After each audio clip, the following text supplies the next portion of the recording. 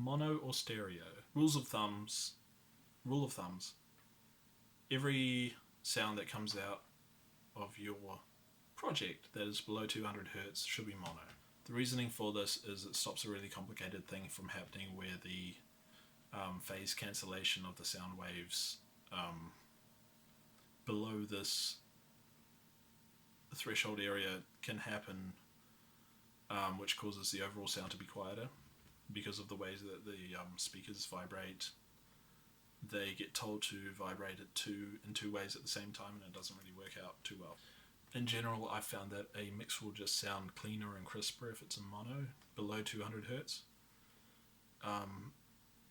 So it pays to check by setting up span. Whereas my master, I've got this set up already. That's great. So I've got mid over here. Routing. You go to routing. This button here. Click on mid side. Change your underlay to side. So over here we can see that there is a lot of information coming through that's sub 200 that's not mono, so we'd want to go back into the mix. I think this was one of them. Was it? No, it's not one of them. The bass.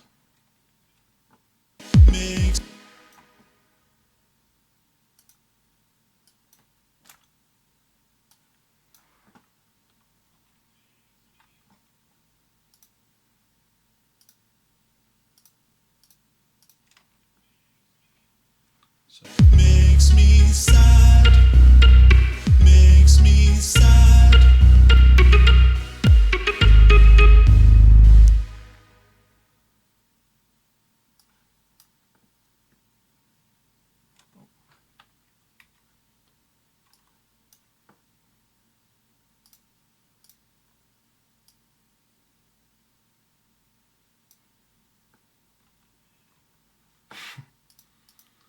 Mid-side fit.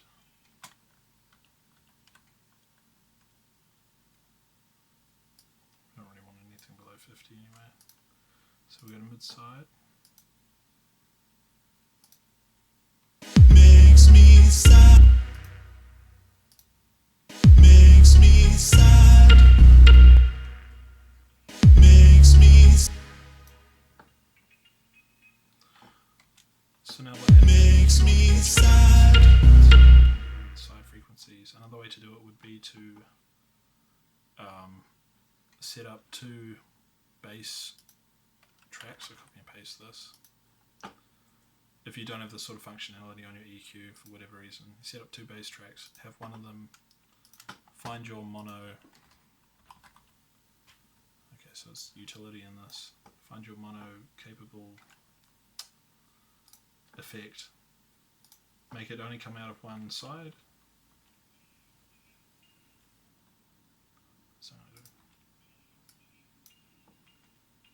So this one should just be. Why is it not coming out of one side? Ooh, okay. Yeah, work out how to make it come out of one side with your mono utility, and then change the EQ for your mono one. Set it up so it cuts it off over there, and then for your non-mono one, obviously you're going to have the opposite, where your EQ is going to be looking like that.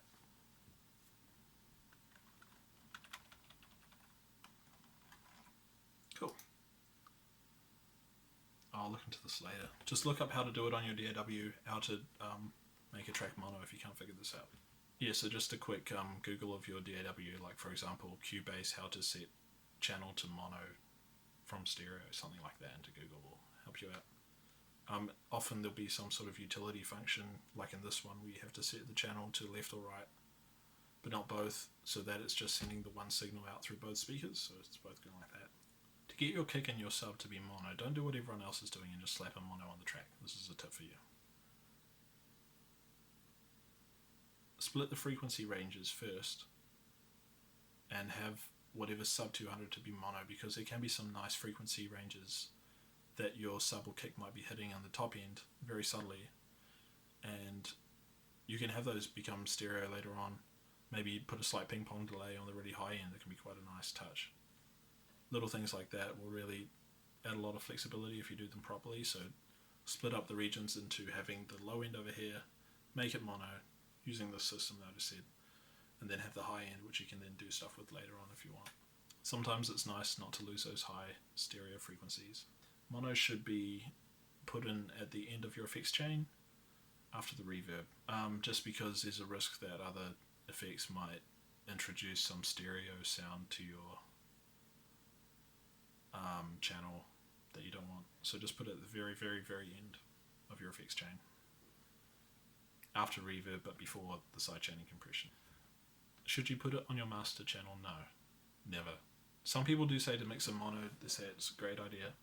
I say that's not a great idea. Just use span, keep an eye on everything using the span plugin. And that way you can still get the information about what the stereo frequencies are doing while you're working on your project. People say, oh no, you should work in mono because if it sounds great in mono, it might sound great in stereo as well. But no, keep an eye on your span, your correlation meter, the left-right frequencies, making sure it doesn't go too much to the left. You don't really need to look into what this does, just make sure if it goes too far that way, then look into which side frequencies are going up too high over here. And those side frequencies, find out where those channels are, reduce the width of frequencies on those channels, and that'll fix your stereo phase cancellation issues. Yeah, just keep an eye on your span plugin, learn your span plugin in and out, and you'll never have a problem with any of this. Yeah, it really is an amazing plugin. Anyway, that's all for now.